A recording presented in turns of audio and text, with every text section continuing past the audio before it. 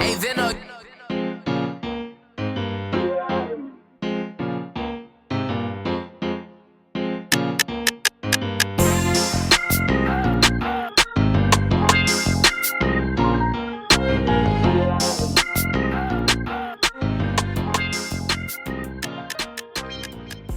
What up, what up, what up? Welcome to another episode of NewOrleans.Basketball, a NewOrleans.Network podcast. As always, I'm your host, Raphael Rattler, joined by my fellow middle brother, Garrick Raphel. What's popping with you, bro? What up, bro? Things all good on this side. Well, everything except the fact that they got the weather machine on shuffle right now. So, like 2 days ago, I had on like shorts and I had the air on in the car. And then today I woke up and I was like, wait, we doing winter again? So we doubling back. So we doubling back. All right, so let me grab a jacket. And then tomorrow is supposed to storm on the way to the Pelicans. So like, it's they say life is like a box of chocolate. I would also agree with that. But I would also like to add that New Orleans weather is also like a box of chocolate. And for all of the allergy people out there, my fellow allergy people, my fellow, like when it get hot, you get hot. When it get cold, you get cold. And you know what I'm talking about? All my one leg out the blanket, out the cover sleepers. Hang in there. Hopefully, we get some better weather and we get some consistent weather where our bodies can adjust soon. But yeah, just like the New Orleans Pelicans out of All-Star break, you just never know what happens, man. You just never know what you might get. So how's everything on your side, man? You ain't lying. I'm glad basketball is back in the full swing of things. It's so hard to make a read on anything going on in the NBA because some teams are great one night and then the next night they lose. It's all over the place. But yeah, you're right. I'm one of those people that struggles with allergies bad, and me and allergies right now with the weather change of going through 12 rounds like Najee Marshall and Jimmy Butler. But before we get too far into the show, make sure you guys follow us on Twitter, on X. That's NO Basketball, no E. Us on IG, TikTok, wherever you get your social medias at. Make sure you like the episode below, and make sure if you're not already, subscribe to the channel NewOrleans.Basketball. So there's been a plethora of games since we last jumped on this podcast. The Houston game feels like forever ago, and that was like the last convincing win that the Pels had. Since then, there's been a win. There's been a lot of losses. So let's talk about the Miami game. Again, the Pelicans have not beat this team in years. Continued again this season. They've got one more matchup in Miami, but turned into a little bit of a brawl. Obviously, it was a very physical game. Jimmy Butler's coming back. First game out the All-Star break. Everybody's coming ready to go. I heard somebody on a podcast that say that Jokic sent his team a text message like, let's gear up and we're going to war. Like, it's that time of year where everyone's locked in, trying to get to playing their best basketball. So naturally, the Miami Heat, in Miami Heat fashion, kind of ratchet things up. And they've been kind of showing some trends before the break. But this was an opportunity for them to come out hot. Obviously, the Pelicans had played a game already, and the Heat have just sit there and watched the Pelicans play. But they came out here, punched the Pelicans in the mouth, and Pelicans punched back, and literally it turned into brawl. So the Pels lose this one in a very Pelicans fashion. They lose in the last couple seconds of the game. There are some questionable lineups in the game. But what are your thoughts on that particular home game and that particular malice in the Smoothie King Center? Yeah, man, it was wild. I haven't seen a atmosphere like that, that rowdy in the Pelicans, at least for the Pelicans in the Smoothie King Center, since like that Phoenix playoff. Like it was tenacious in there. There were a lot of people who were upset. There were some fans ejected. On both sides, right? Like there was a fan from wearing a Dwayne Wade jersey. He got ejected. And then, as everybody has seen the video, I'm sure there's that guy with the CJ McCollum jersey. I don't think he will be back at the Smoothie King Center for at least this season, for sure. But on the court, though, man, I think what you saw was a team that, like you said, they kind of they do this, right? The Heat, they kind of flounder around throughout the season, and then as the All-Star season comes around, All-Star break comes around, They kind of turn it in, ratchet it up a little bit. And we talked about how the Pelicans kind of fall behind. Like this was like a great example of a team that follows behind a star, like a superstar, or at least a star, regular season star, and Jimmy Butler, right? When he's not locked in and playing well, like, and just kind of like going through the motions, the team goes through the motions. And then when he kind of comes back and turns it up and ratchets it up, they follow behind him. And those are the things that you get from years of experience. And people, have played with you for a while, and you bring them to the promised land. They follow behind you, and it's kind of, that's what you want to see with the Pelicans, but you want to see that with the Stars kind of lead first, the way that Jimmy Butler did and Bam Adebayo did. But on the floor, listen, Bam Adebayo is a matchup nightmare for a lot of bigs, but for a guy like JV, very difficult to kind of keep up with him and things. And he did a fairly good job for like the first quarters, and then Bam started kind of getting it going, and doing some of the things. But I think one of the things, and listen, the fight, the brouhaha, it's funny because I think part of it was Jose and Najee taking up for Zion, and also kind of letting out some frustrations, which we'll talk about like the way he's being refereed, and the fouls that have been called and not called for him. I think it just was a lot of that. And when it's very akin to like when real crazy meets fake crazy, or fake crazy real crazy meets real crazy. I just think that it really wasn't about a lot. Like Kevin Love fouled Zion. Like it was a basketball play. It was a basketball foul, a hard basketball foul.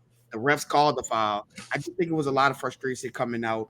And those guys, Najee and Jimmy are probably the two worst people to have heated discussions amongst each other. So, but as always, it's good to see Najee and Jose kind of go in there and take up for their guy, and do those things that that you want to see them kind of protect their guy and do those things. So they took the suspensions, but I just think the end of the game, again, the Heat know, like they may have a lot of things going on with them, but they know what to do in the fourth quarter. They know what to do in the fourth quarter when Jimmy is not there, right? Like they know they have an offensive philosophy, a plan A, a plan B, a plan C.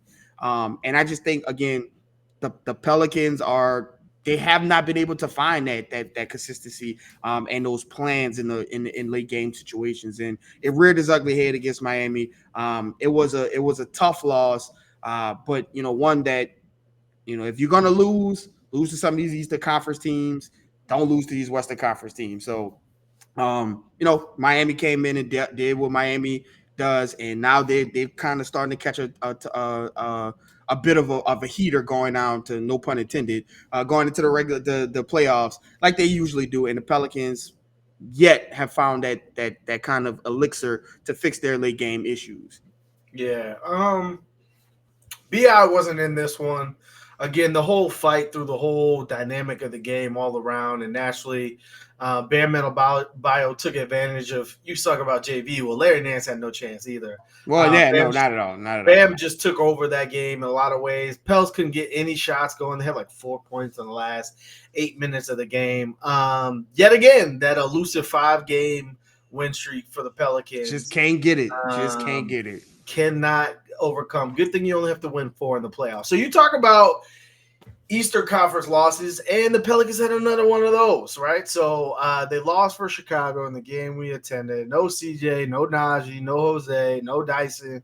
So we had very little ball handling this one. I think the difference in this game, again, this was probably the most frustrating loss of the week. Absolutely. Absolutely. Because it's a game with a team under 500 on the road. They're not playing for a whole lot per se, but at the same time, like there's guys trying to make a contract and trying to make their name for themselves, so that whether it's with the Bulls or somewhere else, they can compete and show what they have. And BI returns in this one. Alex Caruso, one of the better perimeter defenders in the NBA, gets the Zion assignment. The thing with this one is, like, you literally gave the game away. You had 19 turnovers, and they were terribly timed turnovers late in games where we heard that. and things like that. But the thing in this one that kind of stands out, verse in both in this week of games, but also just in the totality of the season, is that the thing with Zion and the thing with Brandon Ingram is that they're matchup nightmares.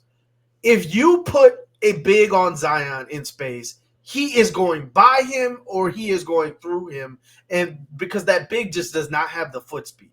Well, if you also decide, well, we're going to go small and we're going to put a perimeter defense like Alec Caruso on Zion, his benefit is that he's stronger and he should be able to post up or dominate them. But I felt as if, and I don't know how many times I've said this, the Pels refuse to play to their own advantage, right? Like I understand that there's some growing pains, and I understand that there's some things to be resolved with a team that doesn't have very many seasons with time on task with a healthy group. But sometimes it's obvious. Like sometimes it's like, well, that guy does not have the facilities to stop that guy. Why don't you put him in situations? Whereas you just saw the point Zion, which again we've been clamoring for, but there's different ways to get your best player the ball. Like I look around, you watch Luka a lot, you watch Kawhi a lot. They find the ball and they get the ball in different places on the court, depending on who's guarding them. And depending on how the defense chooses to guard them that night, whereas it just feels like sometimes, again, it's scripted.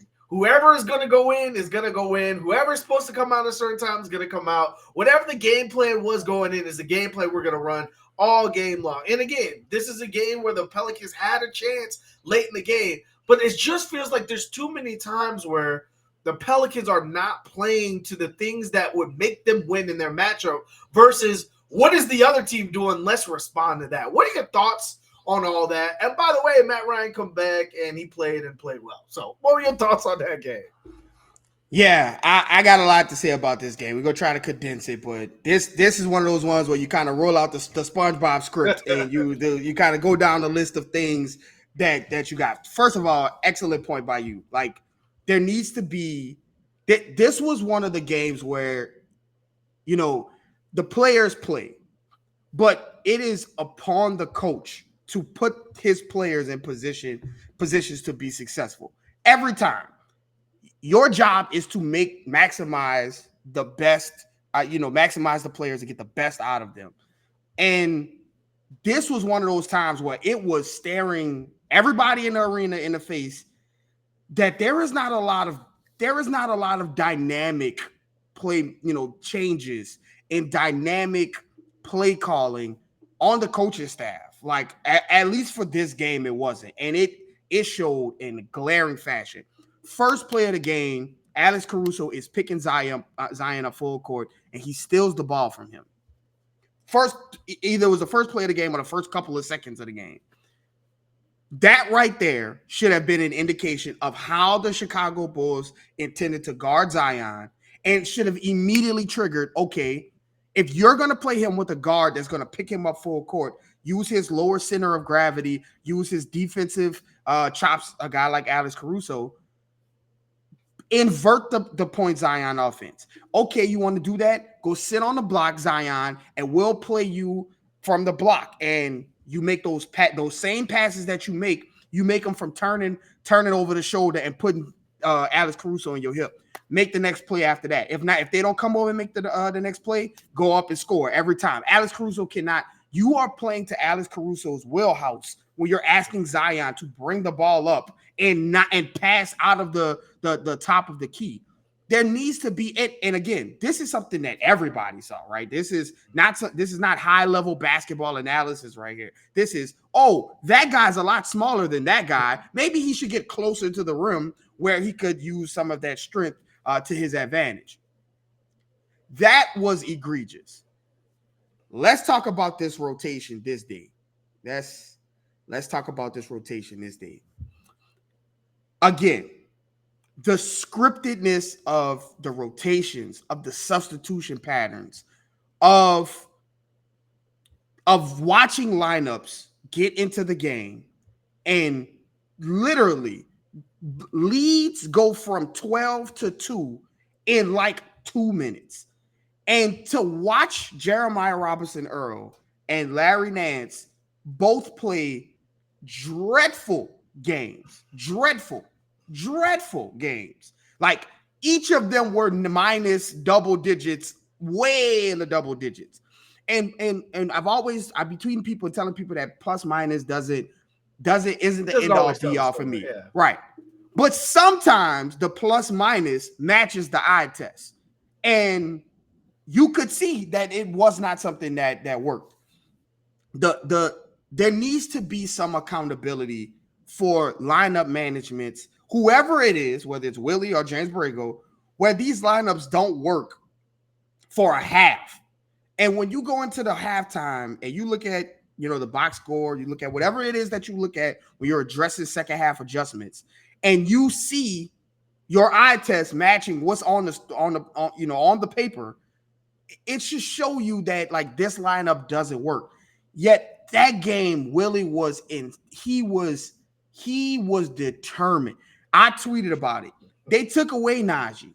They took away Jose. CJ wasn't there. Dyson is not there. They took away a lot of his. Okay, let's make some really, really questionable lineups away.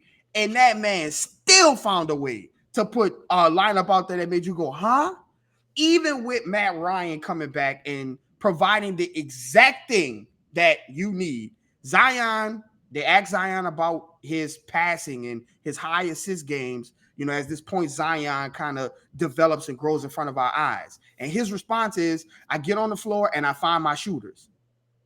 So your best player who you are giving the ball to initiate offense and to carry your team offensively is telling you that he gets on the floor and he finds his shooters. And so your response is to put Jeremiah Robinson Earl and Larry Nance out there and sit the guy who's shooting 45% from the three-point line, who barely touches the rim and barely dribbles and gives so much space and comes in and scores 14 points.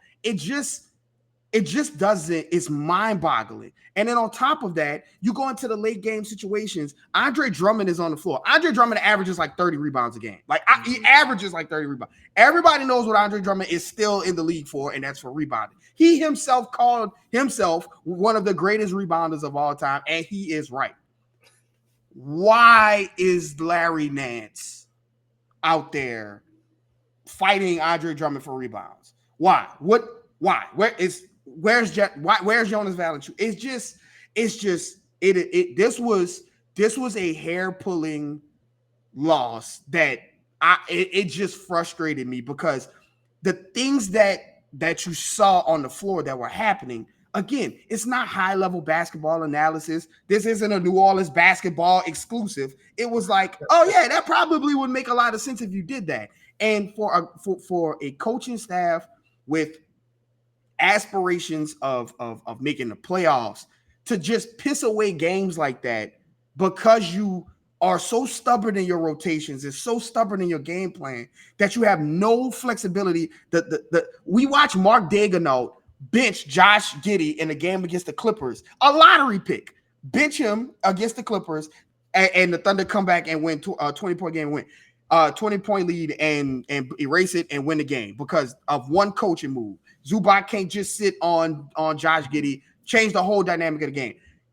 Steve Kerr benched All-Star Hall of Fame point guard Chris Paul, as well as his main running guy in Klay Thompson, the one half of the Splash Brothers, the heartbeat of the Warriors, Game 7 Klay, Game 6 Klay. He benched him. And to watch the Pelicans refuse to bench undrafted players who aren't playing well that one game for other guys who can play that game, play that well, or not bench a mismatch because of whatever reason, it's just frustrating to watch. So that game, we were at that game, like I said, it was the Pelicans Chalk Talk. Met some cool people before at the media event, talked it up with some of the media people. But to watch that game with you and just the frustration of the people around us as well as us, it just was palpable. And that was a loss that you could point to and say, yeah, the players didn't do well, but the coaches definitely put this team in a bad position and didn't put them in and give them a chance to win the game. Here's the thing.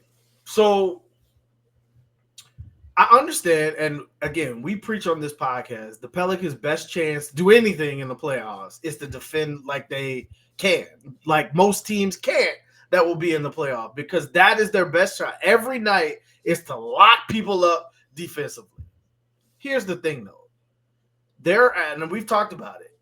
Whether it's Najee, whether it's Larry, whoever, Jerry, wherever it might be, there are matchups that yes, they can provide something for you, whether it be an energy spark, whether it be steals with Larry Nance, whatever it may be. But there are a lot of matchups that is not a good fit for them. And so if they're not giving you lockdown defense, we always talk about like basketball is not like football. You are not subbing DeMario Davis in for Alvin Kamara like on possessions. So it's a give and take, ebbs and flows game.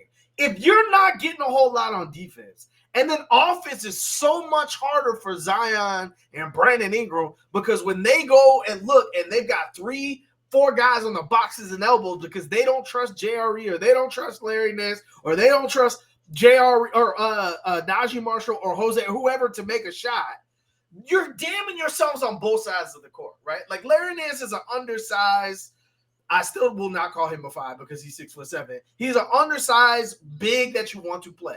So playing him versus a larger bigs is almost always going to lead to failure, especially if he's not giving you the advantage on the offensive side. Same thing with the JRE, jack of all trades type of guy. If he's not locking his matchup, then he's not giving you a knockdown shooter on the other side. So let's fast forward into the Knicks game. The first half, the Knicks have nobody playing. Julius Randle's still out. Mitchell Robinson's still out. Jalen Brunson's not playing. It's the second night of a back-to-back. Isaiah Hartenstein's not playing. They have no players. But the first half is ugly basketball, and the game is close. Why? Because the Knicks were like, you know what? We're going to make the rest of you beat us because Zion's not going to be the one that beats us. Somebody has to shoot.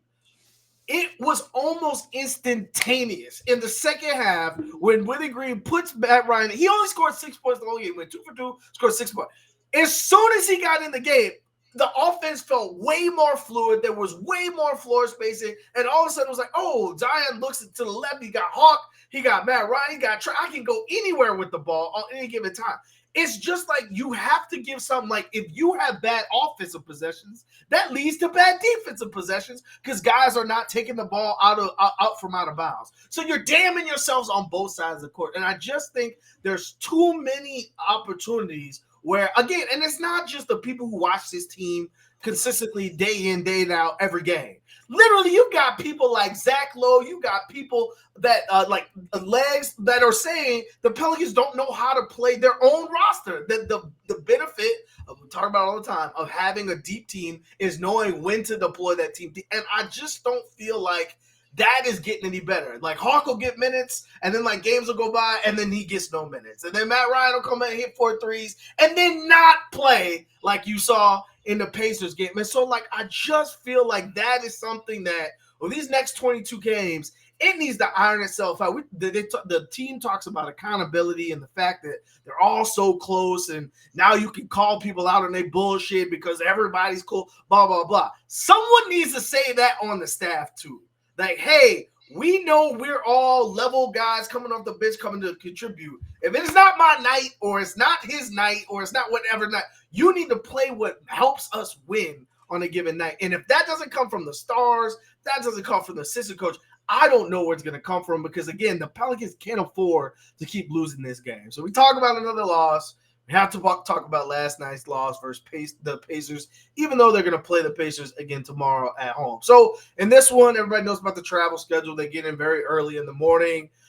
That's literally the worst team you could play in the NBA is the Pacers on a second night of a back-to-back after you can get no sleep, after your routine's been broken, because they like to get them up and they take advantage of people who fall asleep. And in this game, Pacers came out, punched the Pelicans in the mouth, but to their credit, they punched back, right? You saw Zion try to put the team on his back. You saw B.I. have his spurts. You saw even Trey had a couple moments inside of the arc and things like that. Now, ultimately, again, late game woes. The Pelicans don't execute on one end of the floor. Tyrese Halliburton is point god and executes in the clutch, and it's game over very quickly. But again, what did you see from this game that was both alarming, that here we go again, but also encouraging because there were some things that you could take away and say that needs to be built upon? Yeah. So the first thing is that it was really good to see Zion, Bi, and CJ say, you know what, we're gonna play this game. I think that's a good sign moving forward because Bi in that Knicks win, he was incredible by the way, but in that Knicks win, he was banged up. He got pushed around. He got his leg fell on, twisted Ankle his twister. ankle. Yeah, like he just it was a lot. And I was tweeting this somebody on Twitter. And I was like, yeah, I don't. It would not surprise me. Matter of fact, I don't think Brandon Ingram. I will go on the record and say Brandon Ingram is not playing. But he made a fool out of me and my assumptions. So it's good to see them kind of say, okay, listen, this is the time we're gonna make this work. And so it was good to see them play in that that second night of the back to back. Again, like you said, I mean, the Pacers are literally the worst team. They like number 2 in offensive rating, number 2 in pace. Like they just want to run all day long. And when you getting in 6 o'clock in the morning, like Jen Hale tweeted, shout out to Jen Hale. I mean, it's just tough. But again, the same way we say that when you win ugly, nobody looks at the schedule and say, oh, you almost won that game. You did. You played well. It's a loss. However, period on that statement. However, there was some really good things, from the Pelicans as they kind of caught that second win and tried. They defended well. Zion looks engaged on the defensive end. He's going after blocks. He's becoming more aware, defensively aware, and I think he's always had that, but his body wouldn't allow him to get to some of the places that he wanted to get to. But I think now as he's playing himself into shape, you're starting to see that, right? Like you saw him doing some of those things. I think one of the things that you like to see was him and Bi kind of have like a good game, like stats wise at least, together at the same time. Like sometimes you get Bi has 25, but like Zion has 18. It was good to see kind of those guys clicking together. Now, Bi and his turnovers and things like that, those are the things that it hates. But I think it's more towards, and you said this off the pod and we talked about it. Like I think missing Dyson Daniels right now, I think it is glaring everybody in the face. And I think we may not have understood when we call Dyson the connector. I think a lot of us may have just taken him for granted and taken that moniker for granted and taken what he does because it doesn't like pop off on the score, on the stat sheet and things. But like this guy, he handles the ball like he is the one of the best point of attack defenders in the league. He's a guy that kind of like locks things into place, especially when they go into that reserve lineup. And he allows everybody else to kind of play a little more freely because they know they have that guy playing defense. And so his ball control and his ability to kind of play point guard kind of showing his worth on this team right now when you see guys who have to dribble the ball and be on the ball a lot more than they really should be and that they're comfortable with. And I think you kind of saw that toward, in the Knicks game and in the Pacers game. So I think seeing them fight, seeing those guys come back and continue to play.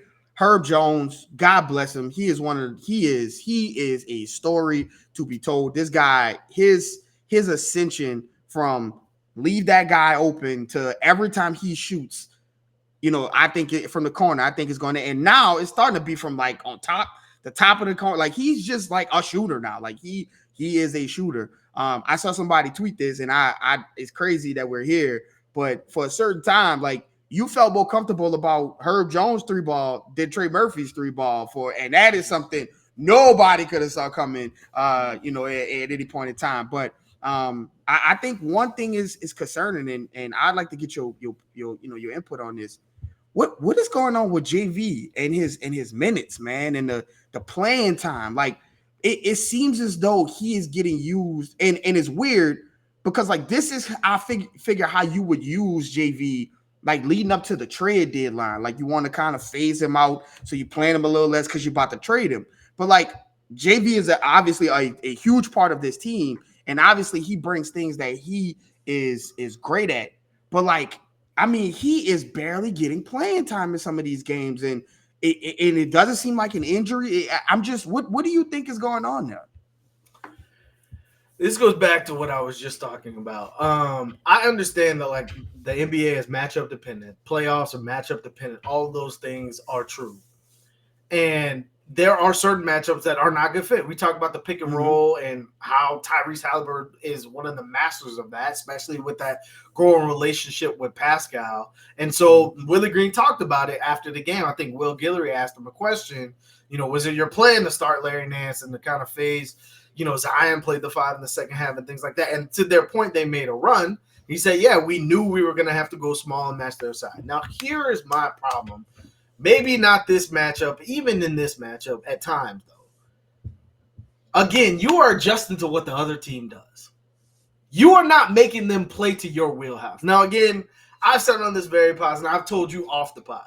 My ideal scenario for JV is to be your big off the bench because there ain't nobody in the league got anybody for JV off the bench and to have an athletic 5 who's defensive focus, rim runner, be the starting 5 for this team. That's not an option. You made no trades at the deadline. So that is out the window. So now it's like, well, you're going to try to make Larry Nance a true center, which, again, he is not. Like, I know he wants to play that way, but you see it time and time. He is not this dominant rebounder that Draymond may be or that some of these other small ball 5s that can get away with it. He's not that. And so in those scenarios, like even I've noticed all the times when Larry Nance started the second half, like they've made a run, like they've couple buckets right as the game starts. And it's like, oh man, now we have to readjust to what's going on. So it's not like you put in a rim protecting, rim running big. It's just like, oh, now we're starting the second half. And you're getting killed on the boards, man. You just again, you're gonna get killed in one area. It's probably and it's not giving you the benefit in another area because Larry Nance is not a better offensive option than JV either. Then it's just like, where is your advantage coming from? And again, there's no one coming to save this team at the 5. So this is what you are set with. And so I don't have an answer for why after the deadline, JV is being phased out here and there. I get it. The matchups may be dependent, but there's not enough opportunities or not enough chances where the Pelicans say, this is an opportunity for us to slow the other team down. Get stops, slow the other team down, and make them guard JV in the half court. There's not enough of that. Like, again, not playing to your advantages. There's just too many examples of that. Again, we just talked about it. Matt Ryan comes in, has 14 points. In the Chicago game, comes in, second half of the Knicks game, 6 points. In this game, 0 points. Because he had 0 minutes, did not touch the floor. And again, we talk about, hey, offense versus defense. But again, Matt Ryan's not that big of a liability on defense, and he gives you so much more on offense. So and the worst part about it is that Najee, God bless him, played 28 minutes and didn't score a point. It's 4 turnovers and 0 points. And so like it's difficult from that aspect. And I say all that, and the Pelicans still had a chance to win after starting down 20. And so the things that I took for as encouragement, again, the late game loads, it just gets too stagnant, becomes ISO. CJ had an ISO possession. BI had an ISO possession. It's like, here, everyone take a turn versus like, let's get to what works for us, because I don't think the Pelicans know what that is quite yet. But the things that I took away from a positive standpoint is Trey Murphy working inside the arc. Again, you thought it was a breakthrough game in New York when he kind of hits a couple, comes out bricking again in this game. But again, to Trey's credit over the last couple of weeks, even though the shot hasn't fallen, he's found other ways to be assertive. He's been on the boards the last couple of games, which I've said from the beginning. He's 6'10". He showed me in his very first Summer League game versus Evan Mobley that he had the capability to be a good rebounder, and I still will scream that to the ceiling for Trey Murphy. But then Zion and BI, you've seen BI these last couple games get more and more catch-and-shoot threes up. You saw Zion take 2 catch-and-shoot threes. He splashed one of them. I think those are 2 very different dynamics. If Trey gets better inside the arc and more comfortable driving off closeout, and Zion and BI get more comfortable taking the catch-and-shoot threes, I think that does so much more for this team. And so I noticed those 2 things in particular. But yes, the late game stuff whether you're coming off a back-to-back, whether you're playing the worst team in the league, whether you're playing the best team in the league in the Celtics, it just keeps finding ways to lose in this scenario, which, again, I think you're going to need some of that. That's just what it takes. It's just how much of that do you have left with only 22 teams to go? So you brought up Herb Jones and his ascension. Right now, he has a career-high field goal percentage, career-high three-point percentage, career-high free throw percentage, career-high points per game. I think it's safe to call him a 3-and-D player. Like I talked about before, like I just want to see Zion with waves of shooters and a big of some kind, and then sometimes Zion is the big, and then BI with waves of shooter. I consider Herb as a shooter at this point. Like literally, when Zion said it best. You can't afford to just take your chances on Herb and let him shoot because he's shooting it with confidence. So the question to me now is he a 3-and-D player because he's shooting over 40% this season. The question to me is like, where does he rank in the league as far as 3-and-D pick? Who has been like, you've heard the DeJounte Murrays, you've heard the OG Anunoby, you've heard all of these, the Mikal Bridges, you've heard all these players that the Pelicans have been rumored to trade for. I'm not so sure Herb is not right in that category with them. What are your thoughts? Yeah, that's a great point. I think from what you see from guys, so like take for instance Mikal Bridges, right, where he was in that Phoenix system, and he was the catch and shoot guy. You saw similar numbers, right? 13 points a game, 14, 15 points a game. And then once he got to his own team with Brooklyn, he was able to kind of, flex his wings a little bit. Now, this season, as the number one option full time, has not been great because he has limitations. And so you look at Herb Jones, and you look at some of the things that he does. The thing about Herb, though, is that when you think of 3-and-D guys, right? I'm thinking about, Mikal in Phoenix, and, I would like Clay in his heyday in Golden State. Like his prime Clay was one of the best two-way 3-and-D players in the game. But like Herb brings the ball up. Herb initiates offense. Herb is like he's like if Draymond was a 3-and-D player. It's like that. And that is a different type of level because he's so good at the corner threes and the catch and shoot threes, but he's also has the basketball IQ to do things that like 3-and-D players can't. Dribble, take guys off the dribble. Man, that layup he had last night where like I think he took Tyrese off the dribble and then kind of like got so low to the ground and it came up on the other side of the rim, on the other side over Miles Turner. And I'm like, that is skill. That is bag work. That is what the kids call in your bag. And so like those are the things that's like, man, we always thought that like the 3-ball was the thing that would unlock Herb, and it has. It really has. But I think we saw with Lonzo, it's one thing to kind of get to a 3-point line, your 3-pointer, and work on it, and like you fade into that. You lose some of the things that made you great because you're so focused on working this thing.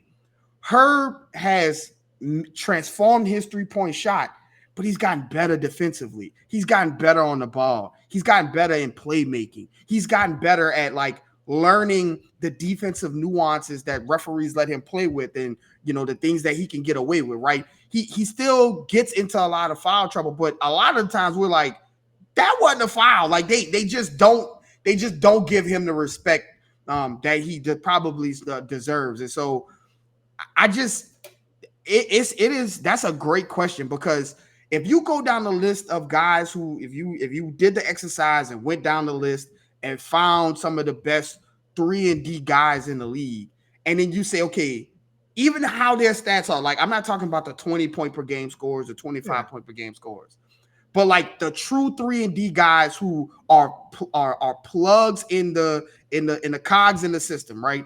And then you take all of those guys and then you're like, okay, well, would you rather have that guy or Herb Jones? Because of all the other things that he brings. I think Herb Jones, you pick Herb Jones in a lot of those situations. And so I tweeted about it after one of his best plays. What a contract extension, man. What a piece of business by David Griffin in the Pelicans to lock that guy up on that contract, because Cam Johnson is what, he getting $100 million. Right. Herb is on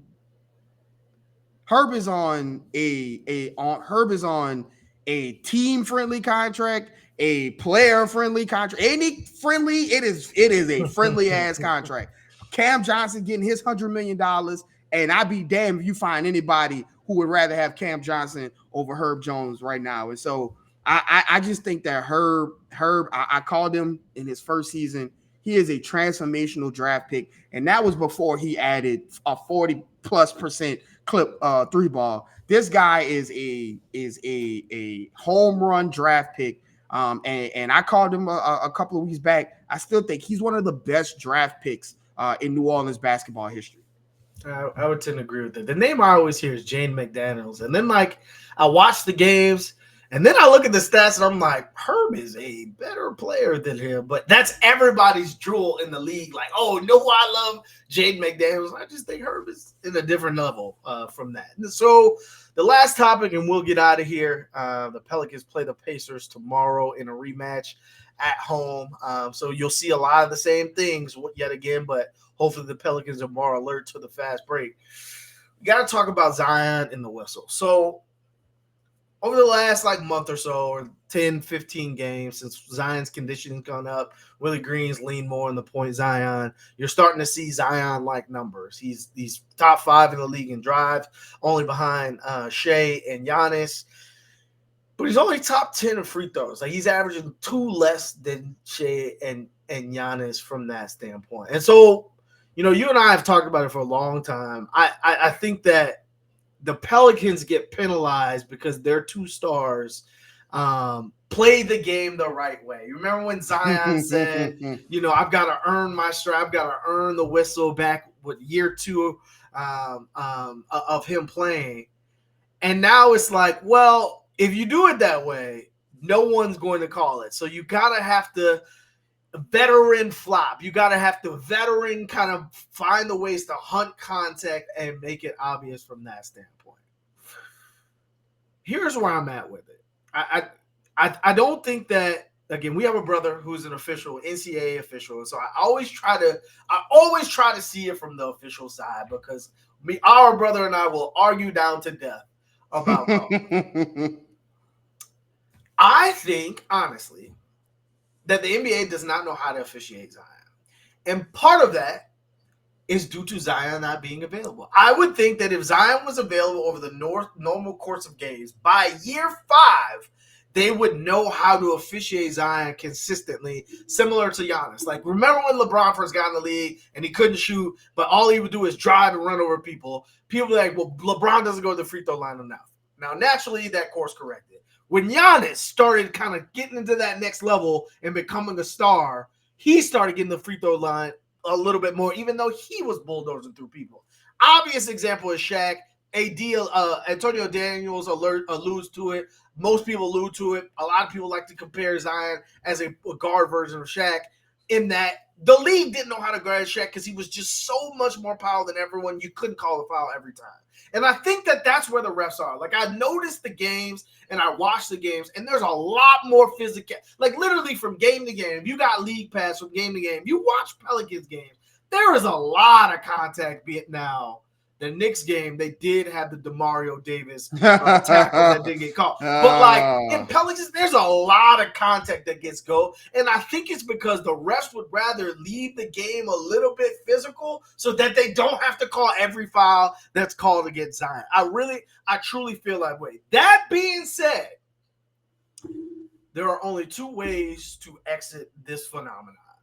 Either one, the officials meet together, meet with the league, watch the film that the Pelicans send out, and decide we are going to give Zion fouls. Something tells me that's not going to happen anytime soon. Or 2, I think Zion just has to forget about the fouls and just run through people. Like, literally because if Zion is going to put his head down or shoulder down and force you to make some type of movement, more chances than not, you are going to fall down, and he is not. And so if some bodies are leading the ground and it's the defender, the referee has to call something. because at this point, I don't think he's going to magically get the DeMar DeRozan, bring the ball low and then bring your arms up and get the foul, or the James Harden. I don't think that they're going to learn that on the fly in the middle of the season. So at this point, you have to play as if you're not going to get the whistle and you're just going to go through them over and over and over until someone is bloodied, someone's hurt, or someone's on the bench because they fouled out. Again, you tweet about it. The game after Willie Green talks about the fouls, Zion fouls out the next game. I would venture to make the rest foul Zion out every game because he is going through someone over and over and Marshawn Lynch over again. That's how I see it, because I just don't see this phenomenon flip switching right before the playoff starts. What are your thoughts on how Zion's officiated? Fair or unfair? What are kind of the options moving forward? Raph said get him with the HB dive. Just HB dive right down the middle. Okay. All right. Hey, bro, I'm not mad at it. Hey, see.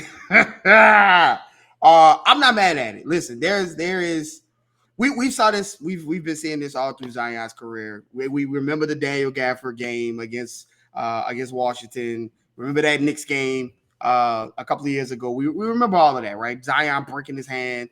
We remember all of that.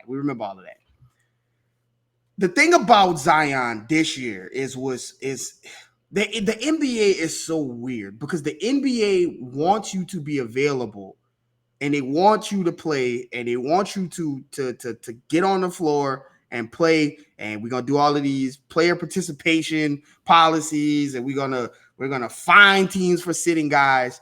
But then they get what Willie Green calls one of the best players in the league, and he is one of the best players in the league, and you just in game after game after game, he's getting fouled. Now, we were enlightened to the fact that he takes more free throws than LeBron and he's top 10 in free throws. But my issue with it is that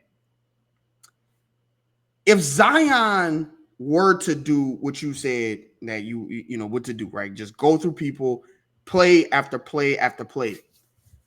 I don't think I don't think the rest would let him get to that point, because it's when you talk about the physicality in the Pelicans game, it's because you got JV, you got Zion, and there is just not a lot of front courts. It is the Pelicans are playing a similar game to the Timberwolves and the Cavs, where it might not be two twin towers up, but it's two twin towers when you talk about physicality, right? You got people starting Caleb Martin at the 4, right? You got guys starting Jason Tatum at the 4, and guys, strong guys, but they're more small forwards. Yeah, you got wings slide them to the 4. You don't have traditional forwards. Zion is a unique player, but he's more of a big, meaning stature-wise, than a guard.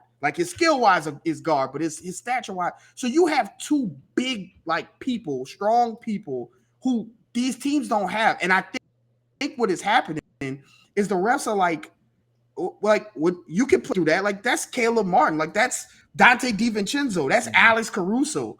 Play through that. And the issue is that Zion is not refed on the defensive end. If the Pelicans were allowed to play to defend the way that they are defended, then I don't think anybody would be okay, fine, whatever. But Herb gets these ticky-tack calls and Zion gets these ticky-tack calls where you're wait, how did this happen? And that's how you end up with DeMar DeRozan with 17 free throws and the Pelicans as a team with 10. And it's just that. Again, when I was talking about the plus minus sometimes matches the eye test. When you look at a Bulls team and you look at DeMar DeRozan and you look at Zion and you watch their highlights and you're wait, that guy got more free throws than that guy? It just doesn't, the eye test doesn't match up. And so the Pelicans have talked about how they've sent tape in. They've done everything, but I'm with you. I don't think it's going to change. I don't think if anything is going to change, it's going to change when the competition committee meets in the offseason. And they've already talked about ways to kind of level out the playing field. Talk about letting defenses play better. Getting a little bit more leeway and leverage to kind of balance out the game. That's the only time this is going to happen. And so if the Pelicans and Zion are going to do anything in the playoffs, do anything as we close out this season, they have to make mental adjustments. Like we saw the clip of Zion working on the foul drawing play behind the reporters at practice. I think Lyle posted that. We saw it, but that's not natural to him. It's not. And a lot of times you got to realize that a lot of these guys, they practice things, but it takes a while for that to incorporate it to their game. It can look fine when you're running a drill over and over again. Oh, he got it down packed. But when you're in the game and you're gliding to the rim and you're leaning over people and sidestepping people instead of like doing the things that you practice, that's because it's not natural to you. And Zion and Brandon have talked about it. They aren't floppers. They play the game the right way. They do that. But like, at some point, you have to.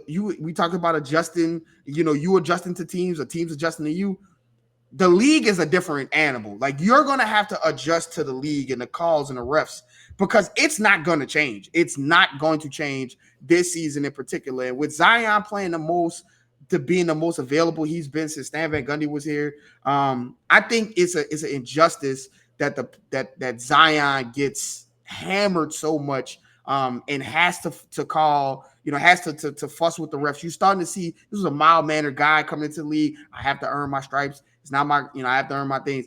Now you see him yelling at the refs, and I think it's just because at some point you get tired of getting beat up over and over again. So my complaint is obviously with the whistle, but it's more so if you're gonna let the teams defend the Pelicans that way, let Herb defend other guys that way. Let Zion defend other guys that way, and make it level. I can't stand when Zion is getting beat to the ground and Herb got 5 fouls, and I'm like, how is that possible? How does that happen? And those are the types of things, because I don't think the calls are going to change, but I do think, like, if you're going to let that happen, let it happen both ways. Let her play with some physicality. Let JV play with some physicality. Let Zion play with some physicality. And don't call a foul every time you see somebody flop their heads back on the other side of the ball.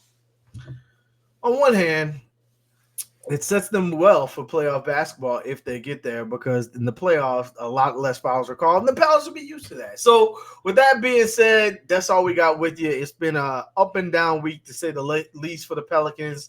Jose Alvarado will be back from his suspension tomorrow when the Pelicans get another shot at the Pacers. What you got left for the people, Garrick, is the Pelicans round into a stretch where if they can get this one and build some momentum, there's a lot of winnable games in front of the Pelicans this month. Yeah, as always, you never know what people are going through, so give someone a smile today. This is a stretch where the Pels got to put something together. They got to figure out, if they're not going to figure out these late game situations, then they need to figure out the rotation so that they can either get up by 20 and stay up by 20. Because this is a situation where every loss, you drop it down to 8, you're back at 7, and before you know it, you're going to be down to the last 3-4 games of the season, trying to avoid the play-in and avoid LeBron or the Warriors or God forbid, any of that. So you need to get some of these wins, and losing against the teams like the Bulls at home, it's just not. It's not the type of effort that you want to put out there when you're trying to secure a playoff series where you don't have to play in the play-in tournament. So as always, follow myself at Garrick_Rattler. Follow my brother at Raphael_Rattler. Follow the page at NewOrleans.Basketball, no E. That's on Twitter, Instagram, wherever you get your socials. And follow the page at NewOrleans.Basketball. And we'll see you guys next time.